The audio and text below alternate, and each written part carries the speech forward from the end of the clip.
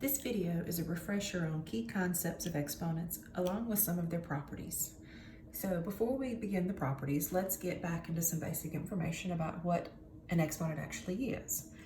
Everybody knows that if you saw this written out, 2 times 2 times 2 times 2, that the answer is 16.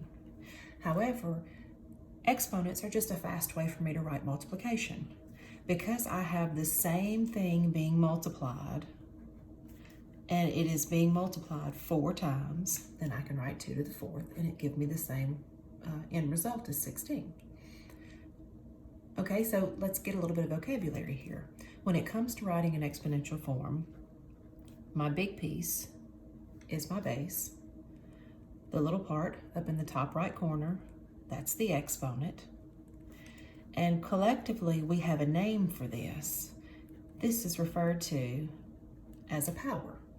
So what you see here that I've got written is a power of 2 because it has a base of 2 raised to some exponent, and in our case, that's an exponent of 4. Okay, so now that we've got the basic background to remind you what exponents are, let's get into some of the properties. So one of the first properties you may remember is multiplying powers. Back in your earlier algebra, you would have seen a problem that said something like x squared times x cubed. Well, based on the definition we have, what this is telling me is my exponent gives me the number of times that I multiply my base out. So this tells me a base of x is multiplied twice, times this tells me a base of x is multiplied 3 times. Okay, so with this property, if you'll remember, the key piece to this is the bases must be the same. Because when the bases are the same, what you now see is I have a single base of x that is multiplied 5 times. So if you'll remember how the property works is we keep the base because it is the same base and we add those exponents. That's where x to the 5th comes in. So if I had something that wasn't the same base, like 2 cubed times 3 to the 4th, this property doesn't hold because these aren't the same bases, so I can't do anything with that. Okay, but what you need to remember is not only does it apply to variable bases, but I can also do a number base. So 4 to the 7th times 4 to the 4th.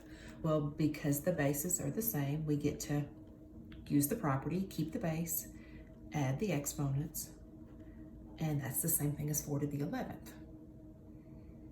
Okay, what you may or may not have been exposed to is the fact that exponents don't have to be just numbers, okay? I can have a variable in an exponent, and this property still holds true no matter if my exponents are numbers or variables. So for example, if I had 2 with an exponent of x plus 4 times 2 with an exponent of 3x minus 7, well, as long as I can fit the property, I can use it.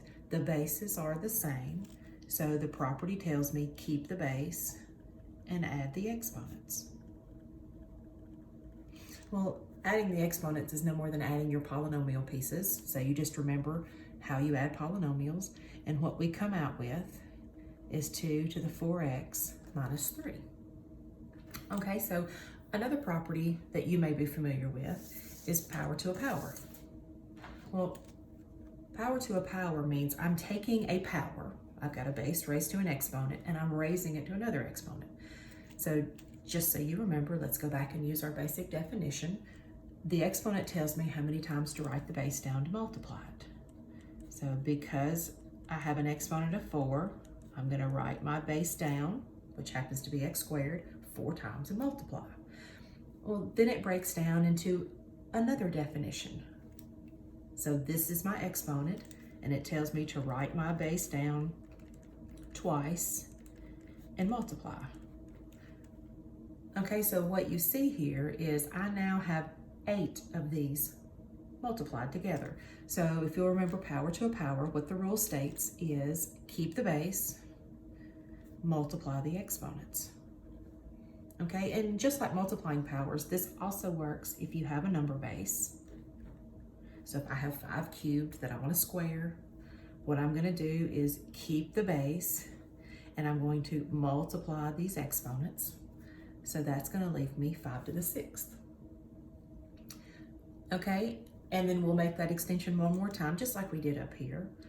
I can have variables up in the exponents. So if I have 7 cubed and I want to raise it to an exponent of x plus 1, well, this property still applies. I get to keep that base of 7 and multiply those exponents. What you have to remember here is any of your distributive property that might show up, because this exponent is multiplied to everything in this exponent. So when we distribute out, this is what we come up with. Okay, so another property that may be familiar to you is when we go through and we divide powers. So this is something you may have seen back in your earlier algebra. You may have had x to the 4th divided by x cubed. And when we go through here, let's think about, using that definition again, what exactly this means. X to the 4th means take 4 of those x's and multiply them out. X cubed, take 3 of those x's and multiply them out. Well, when you go back to looking at factors, now remember, factors are different than terms. Factors are multiplied. Terms have addition and subtraction in between them, okay? So when you see something like this, x is a term of this polynomial. But when you see something like this, x is a factor of this, because this is all multiplication. Well, remember, we get to cancel factors. When we have the same factor top and bottom, we get to cancel that out. So if you'll remember, what the property was here was, again, just like multiplying powers, the bases must be the same. So we're going to keep the base and we're going to subtract those exponents. Okay, that's where I get x to the 1st. Remember, 1's understood, we don't write it there. Okay, so one thing you may remember, or you may have a question about, is, how do we know which order to subtract in? Well, usually we want the base to end back up in the numerator. So most of the time, what you typically see is you see this property written out as we keep the base and we do the top exponent minus the bottom exponent. Okay, that's typically what happens. And notice this is over 1, because when you divide everything out, that's not a 0. When you divide out, you get equal to 1. Okay, so just like it was with the other pieces, I don't have to have just variable bases. I can have number bases. So if I have 8 to the 5th divided by 8 squared, I'm going to keep that base and top minus bottom. That gets me to 8 cubed. And then we can make that extension one more time with us having exponents that are not just numbers. We could have polynomial exponents. So I might have something that looks like 3 to the x plus 1 over 3 to the 3x plus 7. But as long as those bases are the same, the property still holds. So I'm going to keep that base and we're going to subtract those exponents. This one may be a little trickier, so you've got to remember how polynomials work. We're subtracting everything that comes after. So again, we got to distribute that negative through. So what ends up happening here is I get minus 3x minus 7. So when I clean all that up, my new exponent is negative 2x minus 6. Okay, so as you move forward in your algebra, what you may come across is some of your earlier pieces, the higher exponent's on the top. But what if the higher exponent isn't on the top? What if you have something that looks like this? And you go through and you use this property and you go top minus bottom, because that way you're able to put this base back up top. And you come out with a negative exponent. Well, negative exponents are fine. There's a couple of things that we can do with negative exponents, okay?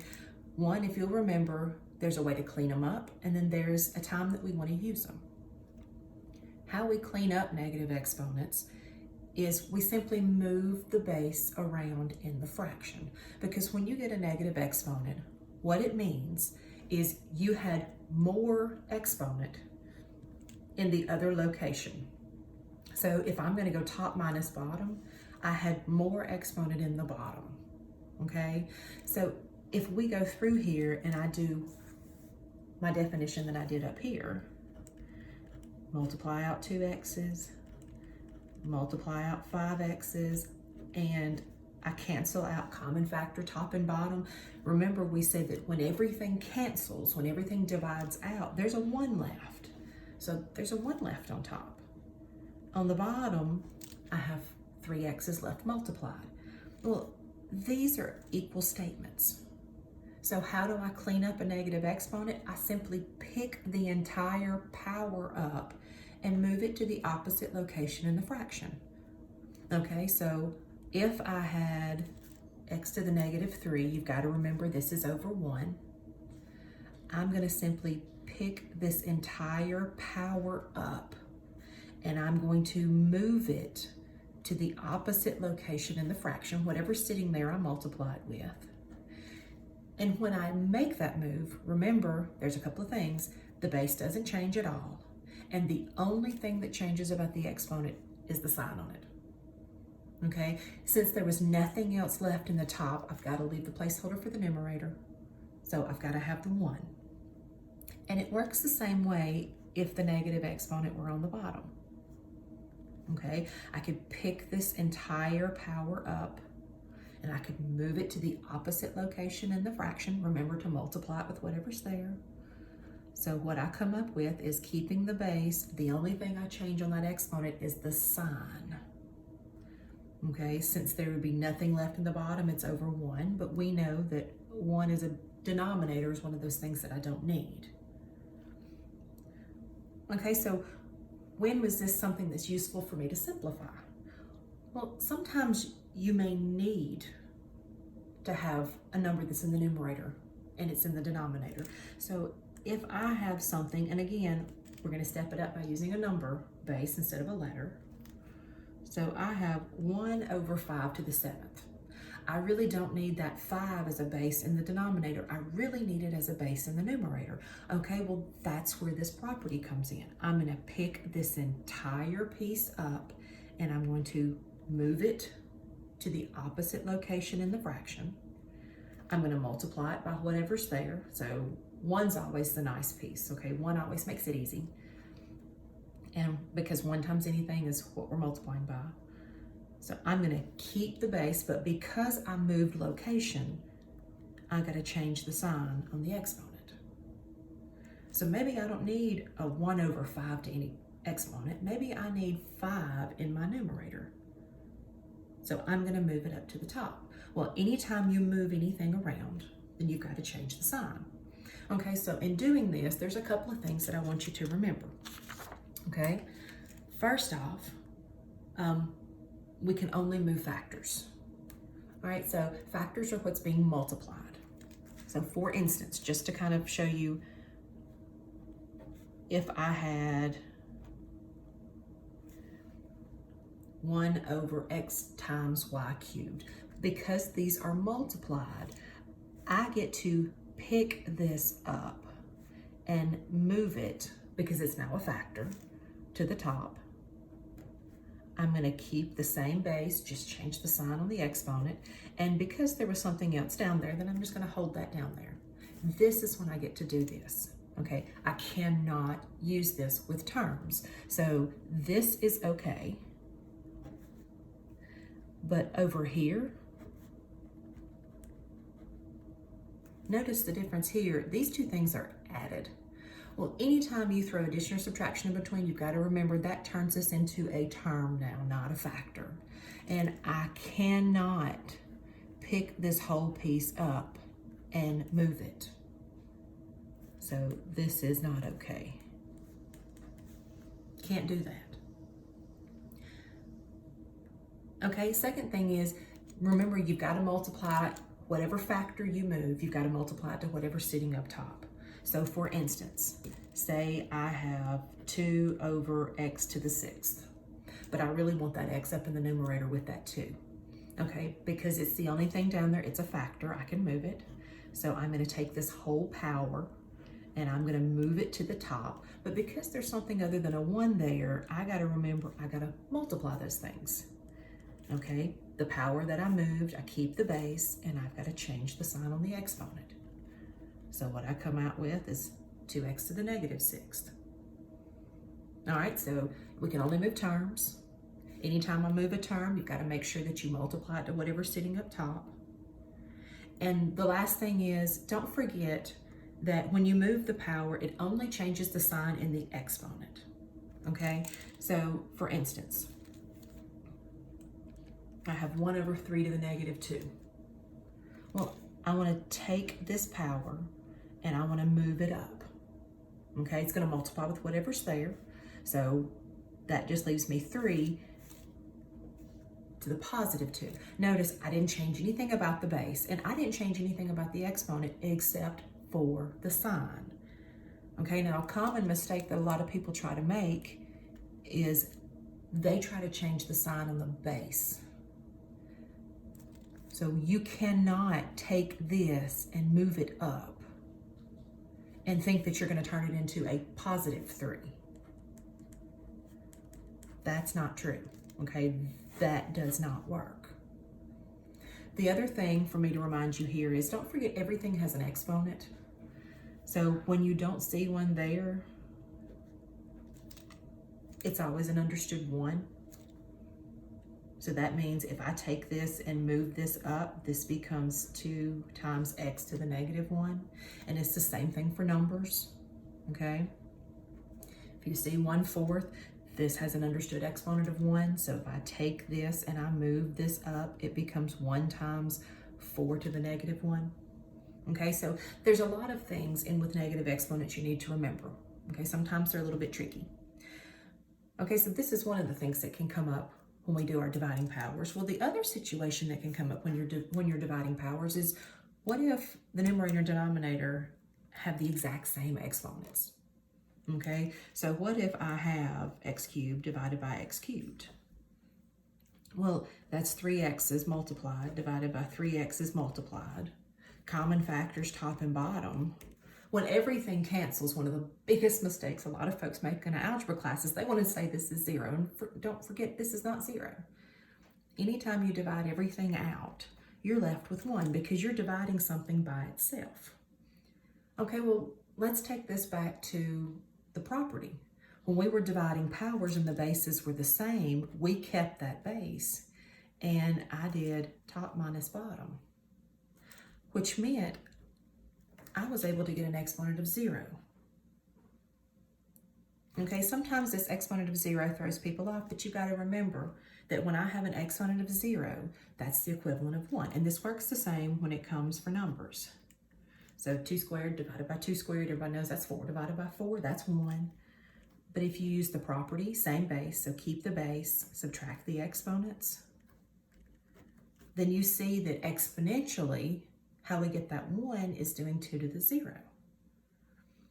Okay, so when you're going through here, sometimes it's really easy to say, well, everything raised to an exponent of 0 is equal to 1. But the truth is almost everything.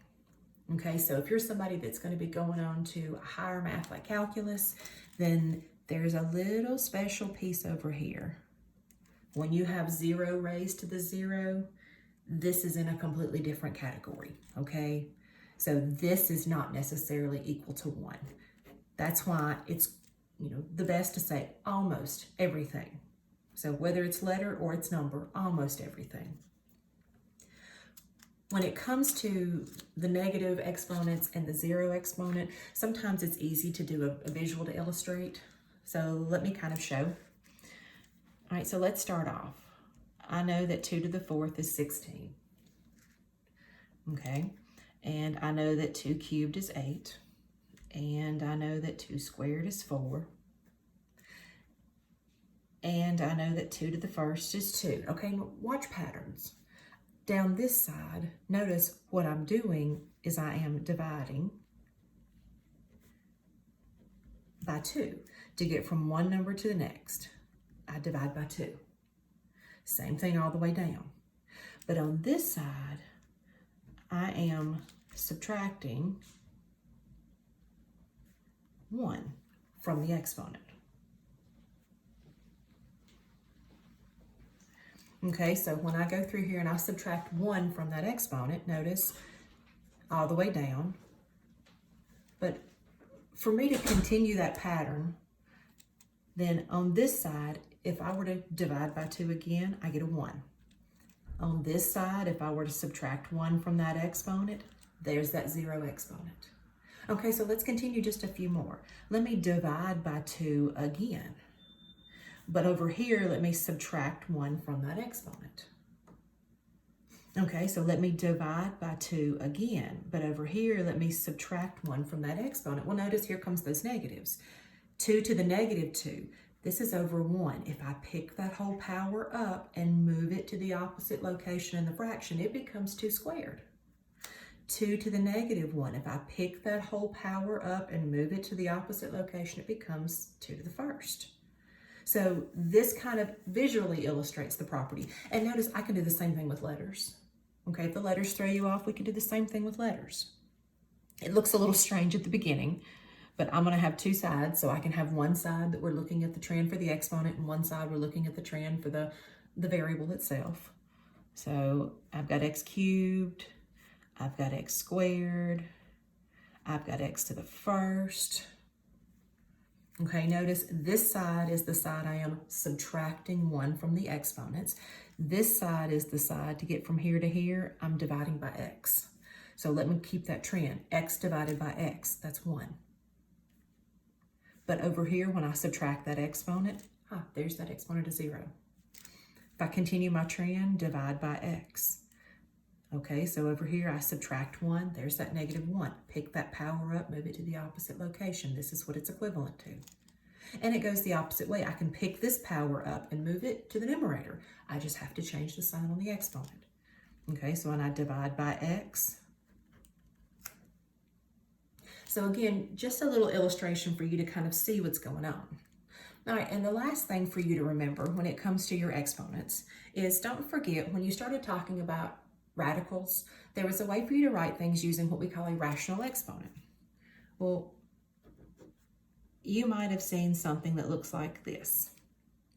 The cube root of 5 to the 7th. This is in radical form.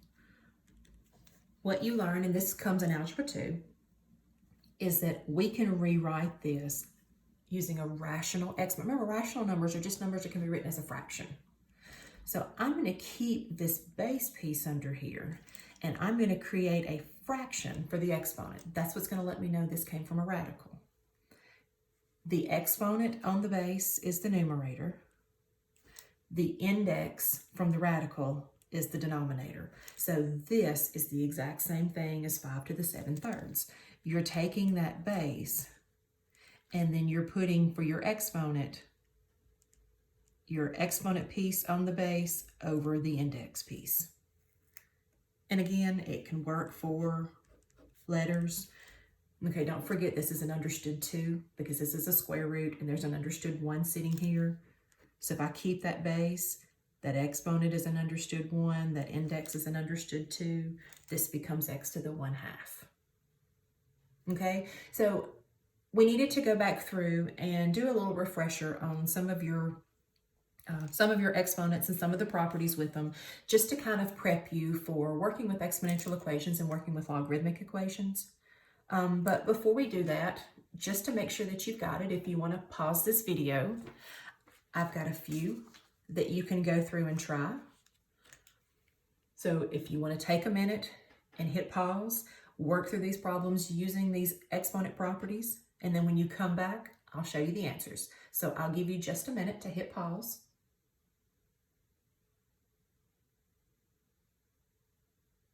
All right, so now that you've returned back to the video, if you've gone through and worked and notice we've got multiplying powers, power to a power, dividing powers, I've got your exponent of 0, going through here,